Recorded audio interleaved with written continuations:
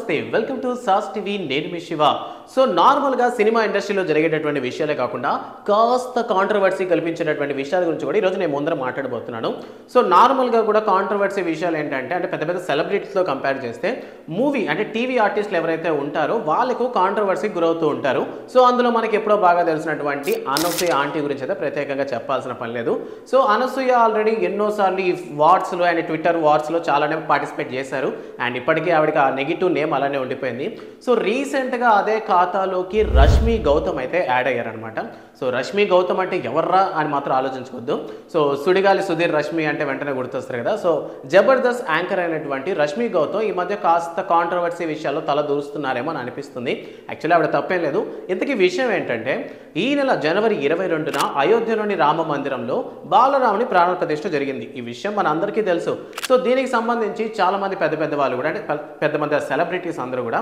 లైవ్లో వీక్షించలేని వాళ్ళంటే ఇన్విటేషన్ రాని వాళ్ళు ఎవరైనా సరే ఇంట్లో కూర్చొని లైవ్ చూసారనమాట సో ఇదే సందర్భంగా ఎగ్జైట్ అయినటువంటి రష్మిక గౌతమ్ కూడా ఆరెంజ్ కలర్ శారీలో ఇలా రామ మందిరం అయోధ్య ఏదైతే ఓపెన్ అవుతుందో ఆ గుడి ఓపెన్ అవుతుందో సో వాటి లైవ్ టెలికాస్ట్ని అలానే చూస్తే అలా ఆరెంజ్ కలర్ శారీలో ఆమె లైవ్ని అయితే అప్లోడ్ చేశారనమాట సో అలా లైవ్లో స్ట్రీమ్ అవుతున్నప్పుడు ఆ సమయంలో ఆమె జై శ్రీరామ్ అంటూ జై అయోధ్య అంటూ ఆవిడ చేసినటువంటి వీడియో బాగానే వైరల్ అయింది దీనికి సంబంధించినంత వరకు కింద కొంతమంది చాలా బ్యాడ్ కామెంట్స్ పెట్టారనమాట సో ఏంటంటే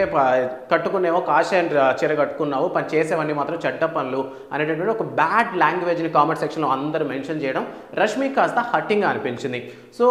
ఎంతవరకు ఉంటుందంటే ఎవరికైనా ఒక లిమిట్ అనేది ఉంటుంది కదా సో అలా దాటిపోవడం వల్ల రష్మి యొక్క పేషెన్స్ లెవెల్ కూడా తగ్గిపోవడంతో సో వాటికి రిప్లైగా కౌంటర్ అయితే ఇవ్వడం జరిగింది రీసెంట్గా ఎక్స్లో నేనేమైనా బిల్లులు కట్టకుండా ఉన్నానా అంటే ఐటీకి అయినా డబ్బులు కట్టకుండా ఉన్నానా నేను ఏదైనా తప్పుడు పనులు చేశానా నేను ఏం చేశాను సాధారణంగా ఎవరికైనా సరే భక్తి ఉంటుంది సో ఇందులో రిలీజియస్కి సంబంధం లేదు ఏ రిలీజన్ అయినా సరే సంతోషం వస్తే వాళ్ళు దాన్ని చూపించుకోవచ్చు నేను అలానే కదా చేశాను నేను ఏమైనా తప్పులు చేశానా ఏమైనా తప్పులు చేస్తేనే నన్ను మాట్లాడండి నన్ను తిట్టండి ఇలా అనవసరమైన విషయాల్లోకి నన్ను ఎంటర్ చేయనివ్వదంటే నన్ను లాగొద్దు అని చెప్పి రష్మి గౌతమ్ అయితే మండిపడడం జరిగింది ఈ ట్విట్టర్ వేదికగా సో ప్రస్తుతం ఆవిడ ఇచ్చినటువంటి రిప్లై కామెంట్స్ అయితే సోషల్ మీడియాలో బాగా వైరల్ అవుతున్నాయి అనమాట అండ్ ఎప్పుడైతే రష్మి రియాక్ట్ అయ్యిందో దాని తర్వాత చాలా మంది రష్మికి సపోర్టివ్గానే వచ్చారు అంటే నాట్ లైక్ దట్ అనసూయకు వచ్చినట్టు నెగిటివ్ ఇంపాక్ట్ అయితే రాలేదు కానీ సో రష్మి చేసిన పని తప్పు కాదు కదా సో ఎవరో ఎదవలు చేసిన పనికి పాప ఆవిడని ఎందుకు అన్నాం అనేటటువంటి పాజిటివ్ కామెంట్స్ అయితే రావడం జరిగింది సో దీనికి సంబంధించి మీరేమనుకుంటున్నారు అంటే కొంతమంది ఇలా బ్యాడ్గా ఉంటారు ఎంత మంచి చేసినా సరే అందులో ఖచ్చితంగా ఒక నెగిటివ్ చూసే వాళ్ళు ఉంటారు